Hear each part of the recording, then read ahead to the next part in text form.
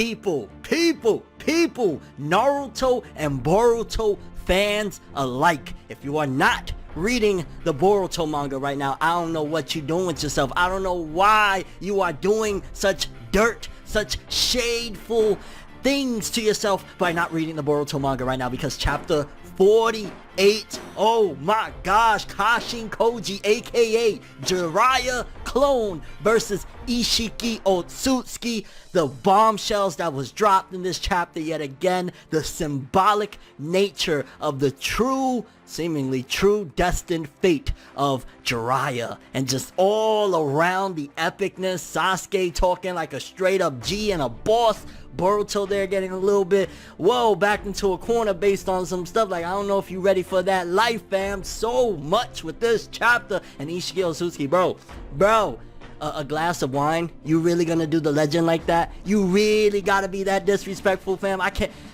right now. It's driving me nuts. Oh my gosh. Boruto chapter 48. I feel like I say this almost every month now, but this is arguably one of the best chapters of the manga right now. It embodied everything you would want from a Boruto chapter, from a manga chapter, from a Naruto chapter, from any angle you could look at it. It had incredible action. It had suspense. It had revelations. It had build-up, setup. It just had it all. And I ain't gonna lie, I'm so hype and glad to be able to be talking about the sequel to Naruto with you guys, the true sequel. Like, whatever you want to say about the anime, feel free to do so, but we will not allow slander, or tolerate it for that matter, of this gem that we got with Boruto chapter 48, people. Let's talk about that Boruto greatness! In case you can't tell, I'm quite a bit hype right now, mate. Let's do it. I say we gonna do what we do, no matter how you move, make your move. That's how it be though. So the chapter picks up from where the last one left off. We got Kashin Koji, aka Jiraiya clone, versus Isshiki Otsutsuki in an all-out battle. And to be honest with you, there's a couple things I took from this chapter that I don't know if maybe you're going to have had seen that yourself, because I kind of came to some conclusions that sound very, very plausible, and you're probably going to be like, whoa, didn't see that one. But yeah, it definitely was there, because it starts off, you got Koji hitting Isshiki dead on with fireball jutsus, and he kind of was giving, like, I don't even know what you would call it, like a Broly-esque vibe. He's just like walking right into it, and it's really not affecting him that much. This showcases the major jump in power that Isshiki Otsutsuki has had since the last, since he was Jigen, because like he's just straight up taking attacks at this point, and his ocular jutsu as well is insane. Like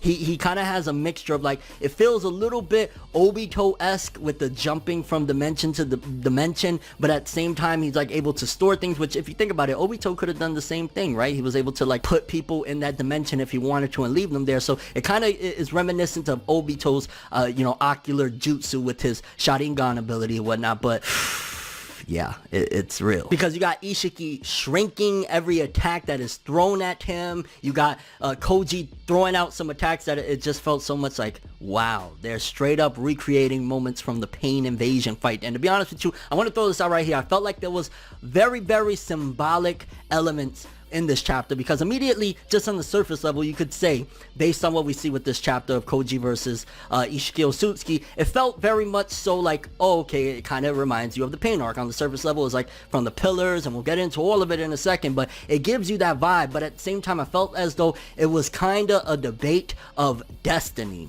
Is it really Jiraiya's destiny, no matter if he's a clone or the previous, the real version of him when he was alive? Is it his destiny to die a tragic death? I felt as though it was diving into that debate, because I mean, it was just like a chapter or two ago where they were talking about that man's giant fate, or however they described it or whatnot, and it feels as though this one was again tackling that, his destined fate. Is it really his destiny to die this way constantly, even if he comes back as this Jiraiya clone? Is that how he is supposed to die, or can you battle that? So if you think about it, it's going back into core elements from the Naruto manga of like what Neji was fighting against, destiny. So I really appreciated seeing that element return essentially, and it's not on the surface level. You gotta dig deep to really notice it and understand it, but it was clear to me. And he uses Art of the Raging Lion's Mane, and he has that, you know, hair, he's like strangling or trying to strangle Isshiki and swing him around, and his hair gets spiky, like, again, very reminiscent of a lot of the attacks that Jiraiya used when he was around, especially in the Pain Invasion fight. But then Isshiki starts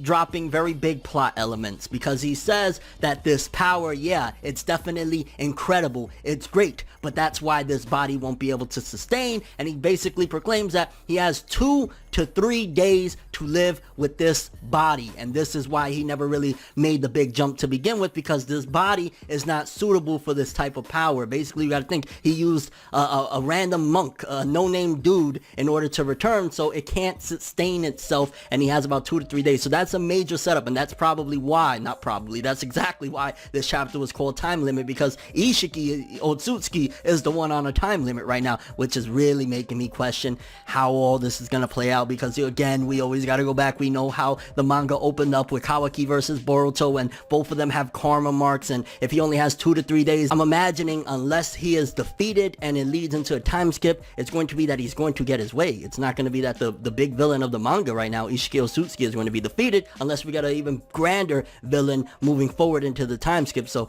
very interesting stuff there. Like, it feels as though, despite us having that intro, it's so vague enough that you still can't really pinpoint that, like, oh no, Isshiki Otsutsuki is going to win, or he's going to die, because again, it was Kawaki, and we don't know. For all we know, again, that could have been Isshiki Otsutsuki in Kawaki's body, and Boruto just doesn't understand that at that point. So many ways to go with this. And then here's another thing that I'm gonna break down, because Isshiki tells Koji, damn son, Amado done betrayed you, huh? He left you out to die. And he starts like digging deep into it and analyzing it and trying to break it to Koji, and he's like, wait, you're smart enough to know that you couldn't take me on, right? So what's the deal here? And I'm gonna be honest with you, I'm gonna break it down, because based on this chapter, and again, we're gonna get into everything, I don't think at all Amado is a bad enough guy to, despite him being a clone or whatever, you know, a Jiraiya clone, Koji, to leave him out to die that way. I don't think that he just said, if he dies, he dies, he's a sacrificial lamb. Again, just look at when we find out in this chapter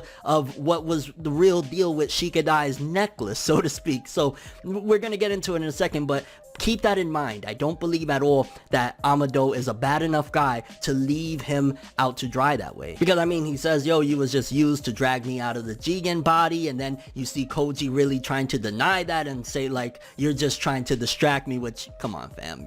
He's not trying to distract you, but that also showcases where Koji's mind was. Koji truly believed in Amado, and there's definitely some missing information there that Amado didn't tell him, like, hey, fam, you're just gonna be a sacrificial pawn. You gotta die, you know, in order to make an omelet, you gotta crack a few eggs, and guess what you are, my friend? A fucking egg, not Jiraiya. And Isshiki even says you're not capable of being a heroic shinobi, and that goes back into, again, Jiraiya's fated destiny of him not being able to be a heroic shinobi. It's basically him proclaiming, like, you are destined to die this way. You are destined to die a dog's death, so to speak. You are not going to be the greatness that you achieved to be. And if you think about it, that was one of the things about Jiraiya's life story, is that he was never able to have that heroic moment. You know, one of the most impactful moments in all of Naruto to me, period, was Jiraiya when he was dying on his deathbed, so to speak. He's basically saying, you know, I was never able to stop my friend and change his mind. I was never able to get the woman that I loved. I was never able to die like one of the Hokages. That's a great, it's just saying that, I ain't gonna lie, I'm getting hairs on my arm standing up. You know, I have no idea how many times I've rewatched that moment and cried my eyes out. I ain't gonna lie. So him saying that again is just like striking really deep. Like, Isshiki is, at the very least, you can say pissed off. You know what I'm saying? Like, to go that deep and say, no, you're not destined for that shit, fam. You're destined to be under my foot. Then we cut to Amado in the office of the Hokage, and they basically say, yo, okay, we're granting you civil liberties. You're able to come and go as you please, so long as you get permission from Naruto and Shikamaru, and also you gotta hand over all your technological advancements, which that's going to definitely help out with Konoha, because they've already been, you know, from early on, the Boruto, Naruto, the movie stuff, they've been trying to get bigger and grander technological advancements, like the artificial jutsus that they were doing, whatnot. So especially if he gives true technological advancements of like what he did with Kara and them, by the time skip, shit is gonna be crazy. Like, people are gonna be able to do all sorts sorts of jutsu. There's gonna be random little fucking 12-year-olds gonna be able to do Hashirama type of jutsu based on that technology. And then they address one of the elephants in the room regarding the bomb around Shikadai's neck. And this is where it connects to the whole Jiraiya situation for me. So follow me.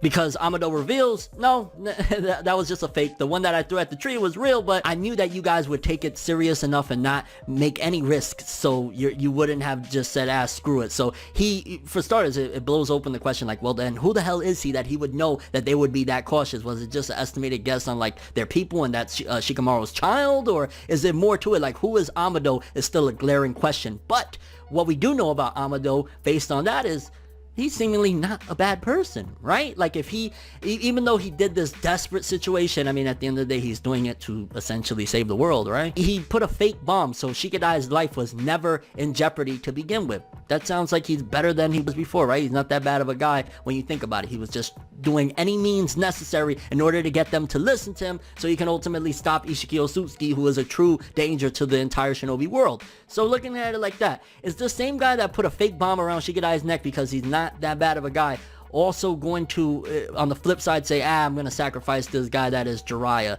I don't know. I don't see it that way. It's starting to make me look as though there's a possibility, right? He didn't tell Koji, you know, this guy is going to be incredibly strong, you can die, but maybe in there, Amado, whoever he is, and whatever respect and admiration he had for Jiraiya, he still had hope.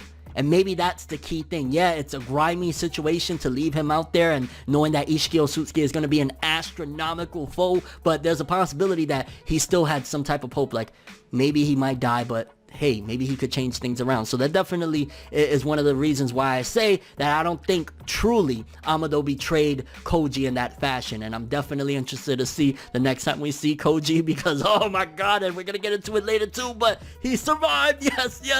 I was so freaking hyped and worried about that moment, but he survived, which means I have no doubt in my mind Naruto will see him at some given point, because they keep on throwing little subliminal subtle shots of Naruto has that bond that transcends everything of what he's talking about in this one. But to wrap it all up, Amado is not that bad of a guy, and I don't think that he completely said, screw him, let him die, don't worry, Naruto and Sasuke will take care of it. I think he had some type of hope that Koji would fight through. And then going back to that bond, Naruto says, yo, why don't me and Sasuke go over there, we'll help him, and that'll give us better chances and shit like that. Again, that proves that from when Naruto was like questioning, like, yo, he's using toe jutsu and shit like that, that's that bond, and that's Naruto feeling something there of how badly he wants to go help him regardless, whatever the case may be. Naruto still wants to go out and help Pervy Sage. Which, by the way, at some given point when there's a downtime and all this, I want to see Koji be pervy. Like, I'm curious if that's going to be an element that was taken out. If not, that would be great. That would be great. Seeing like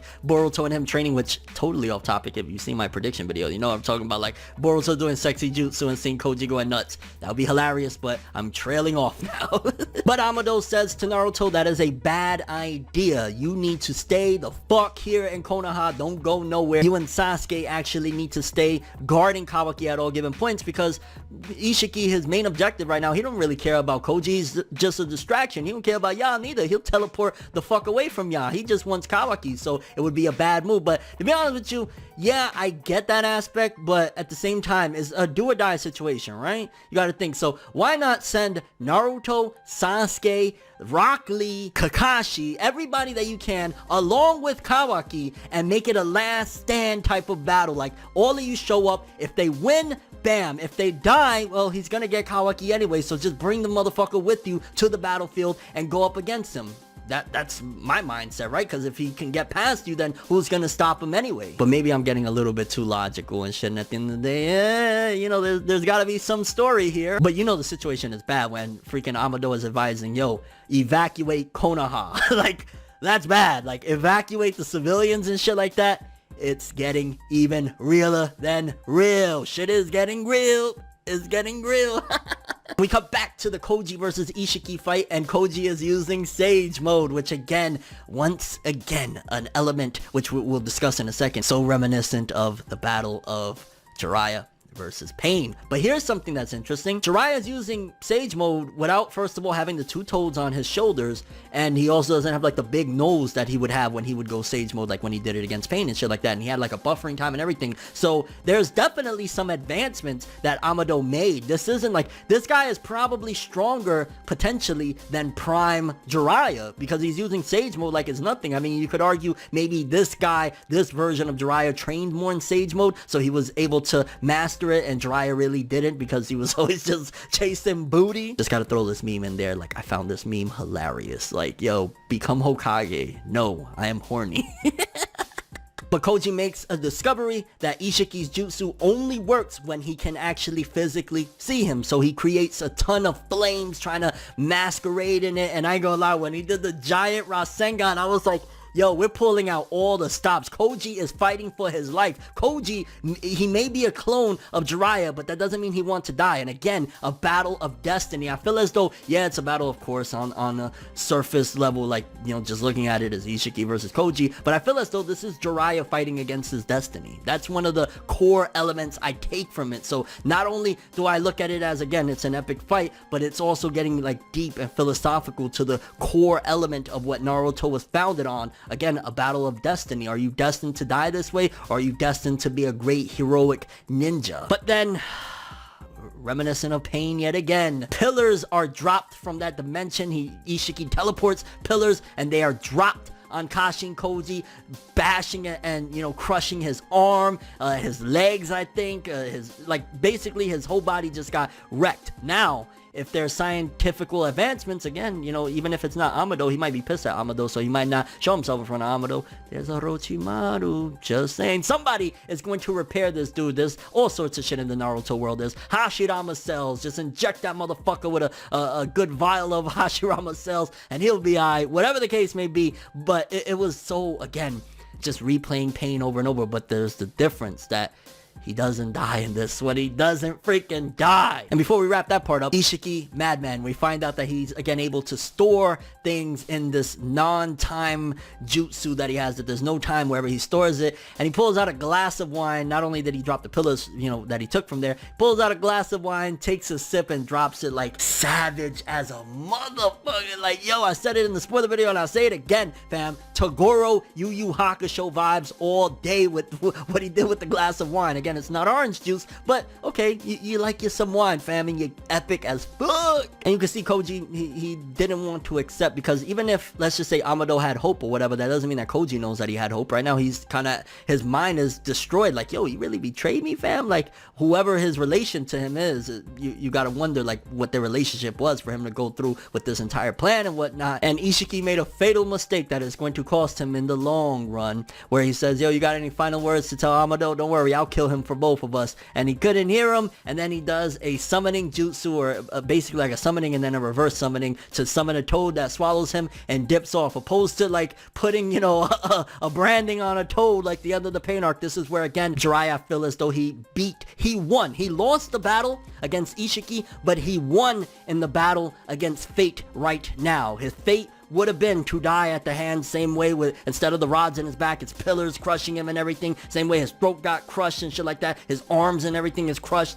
He won the battle against Fate this round. I don't know if he'll win the war of it, because at the end of the day, he could lose his life in the long haul, but I ain't gonna lie, I was so excited, so freaking happy. Like, we only just, like, 2 chapters ago, finally found out that that's truly, you know, a clone of Jiraiya or whatever, but I love the character, the vibe, the emotion that I have for Jiraiya, all is going to that dude. And you can't help but feel bad, like, because right now he is just, he got his ass whipped, he got his body destroyed, and he finds out that he was seemingly betrayed by Amado. That's tragic. And Isshiki teleports out of there. He's like, you're a small fry, who gives a shit where you're going right now, you're done for anyway. So he's teleporting all the way to Kawaki, which I'm kind of curious. Again, it's that technique, there's no karma mark for him to pop out of Kawaki anymore, so what technique is that? I guess he's just using a similar jutsu to Obito, and with the new ocular power that he has with his full-blown powers, I guess that's how he's able to do it, because that kind kind of got a little bit like, it must be the eye that he has. And then we cut to Naruto telling Boruto, no, you cannot join the fight, which, yeah, you dumbass. If your pops and your master couldn't do it, what makes you think you're going to be able to do it? Yeah, you're going to get in the way, fam. And Boruto, the shade that he threw, like, oh my god, but that don't mean that you could join in the fight, you little shit. Like, yeah, tell some of the other senseis around there, like, get Kakashi in there, get Tsunade. Like, what makes you think you're gonna be a big help? Like, where the fuck is everybody anyway? Bring Rock Lee, man. Otsutsuki are weak against taijutsu. That is one of their weaknesses, if I'm not mistaken. That's why Naruto and Sasuke went ham on Momoshiki and the movie stuff. Like, Rock Lee, where are you? Oh my god, imagine him pulling an 8 gates like Mike Guy. Oh, just don't do no Naruto Jesus shit. Like, die. Not that I want Rock Lee dead. Oh, I'm conflicted. And then Sasuke drops one of the most epic lines of the Boruto franchise, where he's basically like, yo, I'm ready to die at the drop of a hat. And Naruto too, at any given point for this village, we will die, fam. Are you ready to do that shit? And Boruto just still froze for a minute like, yeah, you're not about that life, is what Sasuke was trying to tell you. Like, you're still a guppy, fam. You can't join the big pond right now. Like, yeah, you happen to slip your ass into the Boruto Naruto the movie fight against Momoshiki. It's not happening now, fam. Sit down. And then we cut to Isshiki Otsutsuki on his pain vibes yet again, hovering above Konoha. And think about it, like, Pain was strong. Isshiki is way stronger, you gotta assume. He's like one of the leaders of the Otsutsuki clan. What he could do to Konoha in a single breath. And he has 2 or 3 days. Like, not looking good for Konoha. Could this be what leads to that beginning with Konoha being in ruins? Like, so many questions. And they also tell Naruto that he's here. His chakra data is not available. Let's go, baby. One hell of a chapter. Again, one of the best chapters of Boruto. One of the best chapters this year. All of that jazz. Like, that was absolutely insane. So many questions. What do you guys think? Do you think Amado truly betrayed Koji, or there was some hope in his mind that he could actually reverse it? Who the hell is Amado? What is his relation to Koji, or shall I say Jiraiya? What do you think? Was that a forewarning and a foreshadowing what Sasuke said about being willing to die? Is Sasuke and Naruto, or one of them, going to die in this battle against Isshiki Otsutsuki? Again, I'm truly believing Kawaki is going to go willingly to stop it, whether one of them die. And he's like, no more, I'll go with you, fine. Because again, 2 or 3 days, like, they're not going to be able to hold him for 2 or 3 days. Like, they're not going to be able to hold him for 2 or 3 hours, 20 or 30 minutes. Like, it's a wrap. What are your thoughts on the new ocular powers that Isshiki Otsutsuki has, and how the hell you think this is all going to play out, baby? Yo, just put this in your mind. I said it on Twitter, but I got to repeat myself. Put this in your mind. This is part 1. We know there's a time skip. This is part 1, and it's dropping gems and incredible chapters like this. What do you think is going to happen in part 2? I can't freaking wait. Boruto manga is greatness. If you hating on Boruto manga this late in the game, booyah! Get the fuck up out of here. This is straight greatness. But that's all I have for this one. Thanks for watching. I hope you enjoyed. If you liked anything I had to say or enjoyed the video, drop me a like. I'd greatly appreciate it. And if you want more from me, make sure to subscribe. Follow me on Twitter, Instagram. Hit that bell to get all notifications. And if you want to follow any of my other social media, links of course in the description below. I'm ForneverWorld, and as always, people, have an awesome day. And remember the golden rule: anime and manga for life, boy. Have an awesome day. Peace in. And yo, shout out to the Boruto manga. This is, the manga is hands down the sequel we deserve to Naruto. Amazing shit. And oh, hell, Koji, you survived. Yes, I can't wait for him to meet Naruto. Everything good always comes to an end. If you stab me in my back, we can never make amends. Trying to move to acceptance, hard to accept it. Mistakes like mirrors, gotta reflect it. I don't wanna fucking leave, but I gotta leave. Leave the maybes to the crazies. Maybe one day there I go, admitting something in a subtle way. No more copies, leave without a trace.